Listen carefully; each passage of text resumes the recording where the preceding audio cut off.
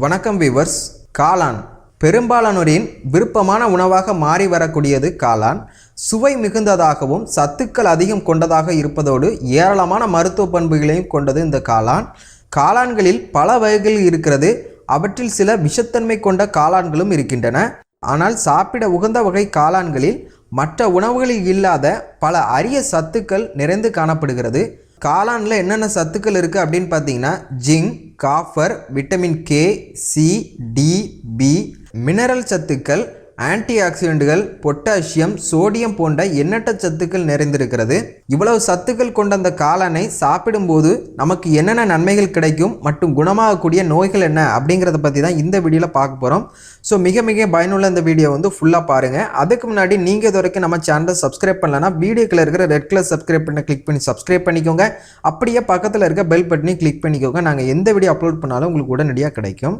அவ்வப்போது உணவுகளில் காளான் சேர்த்து சாப்பிட்டு வர இருதயம் ஆரோக்கியமாக இருக்கும். காளானில் குறைந்த அளவு சோடியம் மற்றும் அதிக அளவு பொட்டாசியம் சத்துக்கள் அடங்கியிருக்கிறது. இவை இரத்த அழுத்தம் மற்றும் இரத்தத்தில் இருக்கக்கூடிய கொழுப்பை கட்டுப்படுத்தி இருதயத்தை ஆரோக்கியமாக பாதுகாக்கும். அது மட்டுமில்லாமல் இருதய சுவர்களுக்கு நல்ல வலு கொடுக்கக்கூடியது இந்த காளான்.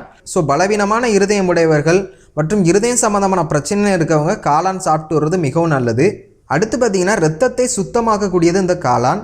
காளானில் உள்ள லென்டிசைன் மற்றும் எரிட்டாட்டின் என்னும் வேதிப்பொருட்கள் இரத்தத்தில் கலந்துள்ள நச்சு பொருட்கள் அதாவது டாக்ஸின்களை வெளியேற்றும், இரத்தத்தை சுத்தப்படுத்தும். இதன் மூலமாக உடல் புத்துணர்ச்சி பெறும்.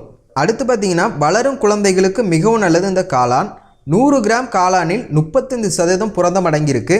குழந்தைகளின் உடல் வளர்ச்சிக்கு தேவையான அனைத்து அமினோ அமிலங்களும் மற்றும் பல்வேறு ஊட்டச்சத்துக்களும் நிறைந்தது இந்த காளான்.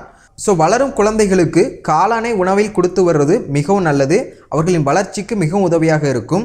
அடுத்து பார்த்தீங்கன்னா நீண்ட நாட்களாக உடல்நலக் குறைவு காரணமாக உடல் எடையை இழந்தவர்கள் உடலை தேற்றுவதற்கு இந்த காளான் மிகவும் உதவியாக இருக்கும். எளிதில் ஜீரணமாகும் தன்மை கொண்டது இந்த காளான். கடும் காய்ச்சலால் பாதிக்கப்பட்டு உடல் இளைத்தவர்கள் தினமும் காளான் சூப்பு அறிந்து வர விரைவில் இளைத்த உடல் தேரும். கெட்ட கொலஸ்ட்ராலை கரைக்கக்கூடியது காளான். அதிகப்படியான புரோட்டீன், குறைந்த அளவு கார்போஹைட்ரேட், அதிக அளவு ஃபைபர் மற்றும் கெட்ட கொழுப்பை கரைக்கக்கூடிய ஒரு சில வகை என்சைம்களும் அடங்கி இருக்கிறது. இவை இரத்தத்தில் இருக்கக்கூடிய கெட்ட கொழுப்பை கரைத்து நல்ல கொழுப்பின் அளவை அதிகரிக்கும். ஸோ அதிக கொழுப்பு மற்றும் இரத்த குழாயில் அடைப்பு போன்ற பிரச்சனையினால் அவதிப்படுறவங்க காளானை உணவில் சேர்த்து சாப்பிட்டு வர மிகவும் நல்லது. கொலஸ்ட்ரால் அளவுகளும் சீராகும். அதோடு இருதய அடைப்பும் நீங்கும். இரத்தச்சோகையினால் அவதிப்படுறவங்களுக்கு மிகவும் நல்லது இந்த காளான்.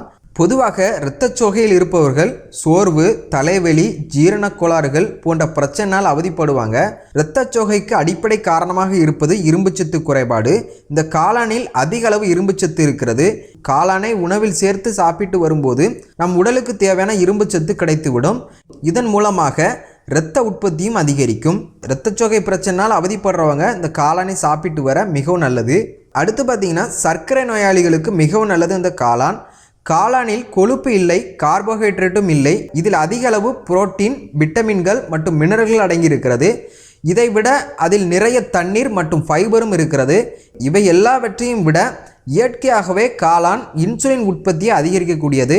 ஸோ சர்க்கரை நோயினால் அவதிப்படுறவங்க இந்த காளானை சாப்பிட்டு வர இரத்தத்தில் உள்ள சர்க்கரையின் அளவு சீராக இருக்கும். அது மட்டும் இல்லாமல் நாளடைவில் சர்க்கரை நோயும் குணமாகும். என்ன நண்பர்களே, இன்னைக்கு இந்த வீடியோவில் காளானை உணவில் சேர்த்து சாப்பிட்டு வர என்னென்ன நன்மைகள் நமக்கு கிடைக்கும் அப்படிங்கிறத பற்றி பார்த்தோம். இந்த வீடியோ உங்களுக்கு மிகவும் பயனுள்ளதாக இருந்ததுன்னா ஒரு லைக் பண்ணுங்கள். பிறருக்கும் பயனுள்ளதாக இருக்கணும் அப்படின்னு நினச்சிங்கன்னா ஷேர் பண்ணுங்கள். மேலும் இது போன்ற ஹெல்த் அண்ட் பியூட்டி தெரிஞ்சுக்க அழகி ஹெல்த் அண்ட் பியூட்டி சேனலை சப்ஸ்கிரைப் பண்ணுங்கள். தேங்க்யூ.